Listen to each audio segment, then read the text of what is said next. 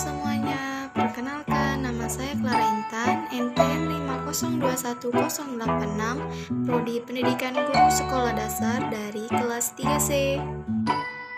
Baiklah, pada video kali ini saya akan menjelaskan sedikit materi tentang pengertian kurikulum, telaah kurikulum, prinsip umum dan khusus, kemudian manfaat kurikulum serta tujuannya.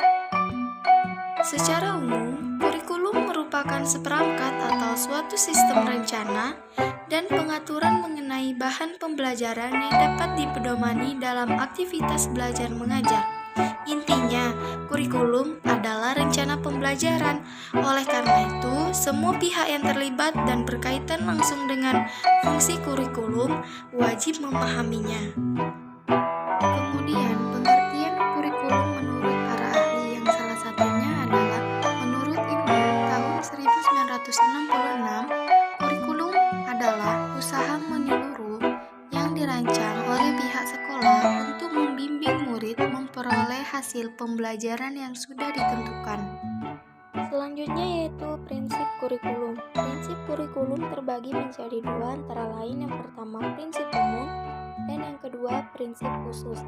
Prinsip umum yaitu yang pertama ada relevansi, kedua fleksibilitas, ketiga kontinuitas, keempat efisiensi, dan kelima efektivitas.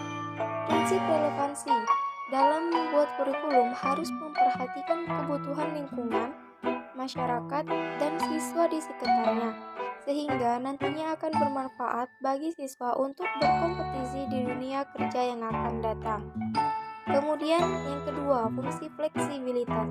Dalam hal ini, pendidik memiliki wewenang dalam mengembangkan kurikulum yang sesuai dengan minat, bakat, kebutuhan siswa, dan kebutuhan bidang lingkungan mereka. Kemudian fungsi kontinuitas. Adanya kesinambungan dalam kurikulum baik secara vertikal maupun horizontal, serta adanya keterkaitan antara kurikulum dan berbagai tingkat pendidikan. Yang keempat, prinsip efisiensi.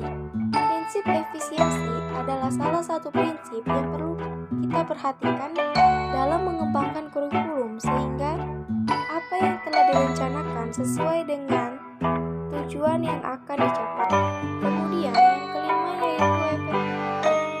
Dalam prinsip ini ada dua aspek yang perlu diperhatikan.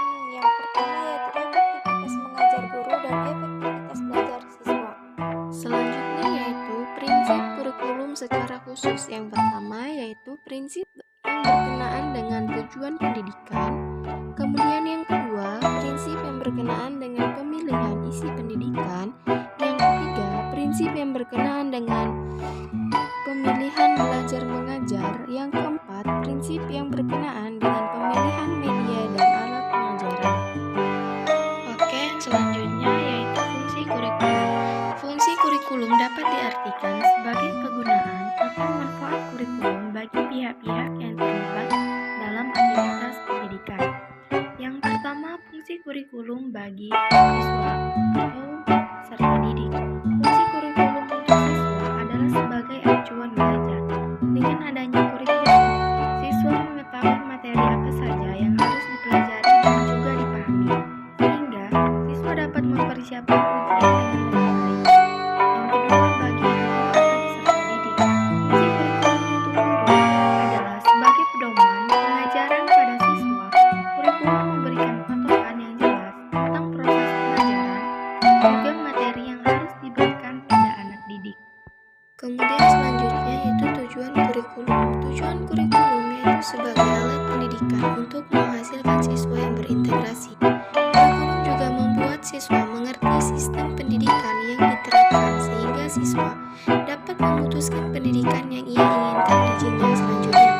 Tujuan kurikulum juga untuk meratakan pendidikan dalam negara, membimbing serta mendidik siswa agar menjadi pribadi yang cerdas, berpengetahuan tinggi, kreatif, inovatif, bertanggung jawab, dan siap terjun dalam masyarakat. Oke, sekian penjelasan dari saya. Semoga bermanfaat. Sampai ketemu di video selanjutnya. Dadah. Wassalamualaikum.